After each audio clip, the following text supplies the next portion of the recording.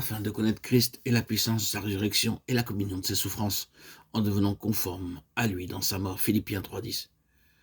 Le Seigneur ne sera pas satisfait à moins que nous ayons la foi pour nous approprier la puissance de sa résurrection jour après jour.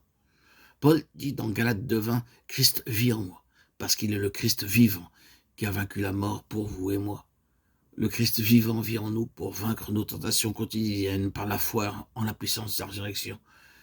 Bien que les Éphésiens fussent enseignés par Paul, Apollos et Timothée, cependant Paul pria pour qu'ils puissent connaître la grandeur excessive de la puissance de Dieu, cette puissance même que Dieu déployait en Christ lorsqu'il ressuscita des morts. Éphésiens 1, 16 à 20. Dans Éphésiens 1, 3, il dit « Béni soit Dieu, le Père de notre Seigneur Jésus-Christ, qui nous a bénis de toutes sortes de bénédictions spirituelles dans les lieux célestes en Christ. » Pour jouir de telles bénédictions, nous devons savoir comment recevoir en nous la puissance de sa résurrection. Pour obtenir cette connaissance et cette foi, le Seigneur nous mènera à travers des épreuves, des souffrances et des difficultés. Il nous faut passer par le feu pour être raffinés. Les épreuves, les souffrances nous permettent de nous conformer à la parole de Dieu et nous permettent de connaître Christ et la puissance de sa résurrection.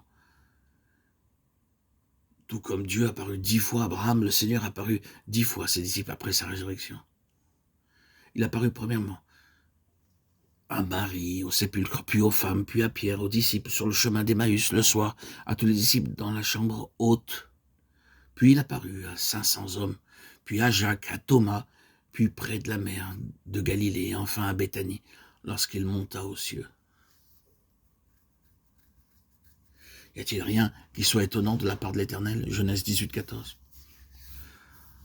Nous sommes aidés dans notre étude si nous considérons ces apparitions dans leur ensemble, c'est-à-dire les apparitions de Dieu à Abraham et les apparitions du Seigneur à ses disciples. Dans Genèse 17, 1, le Seigneur déclare « Je suis le Dieu Tout-Puissant ». Il dit cela à Abraham pour qu'il jouisse de sa puissante force. Je suis le Dieu Tout-Puissant, rien n'est trop dur pour moi. Rien n'est impossible à Dieu. Il peut tout faire. Le Dieu d'amour et de miséricorde désire que nous obtenions la foi pour expérimenter et jouir de la puissance de la résurrection de Christ.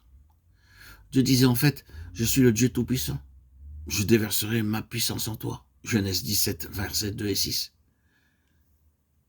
Abraham demandait un fils tout au plus, mais le Seigneur lui disait, je te rendrai fécond à l'extrême, je ferai de toi des nations, et des rois sortiront de toi. Sans cette expérience, Abraham n'aurait jamais pu connaître ce qu'il y avait dans le cœur de Dieu pour lui. De même, dans nos souffrances, nous ne saurons jamais ce que Dieu a dans son cœur pour nous et combien de bénédictions Dieu veut nous accorder.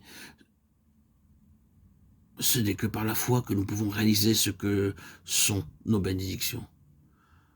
Le diable essaie d'affaiblir notre foi continuellement. Et plutôt que de nous confier en Dieu, nous nous attendons à l'homme pour tout. C'est pourquoi nous trouvons partout dans le monde tant de serviteurs de Dieu qui souffrent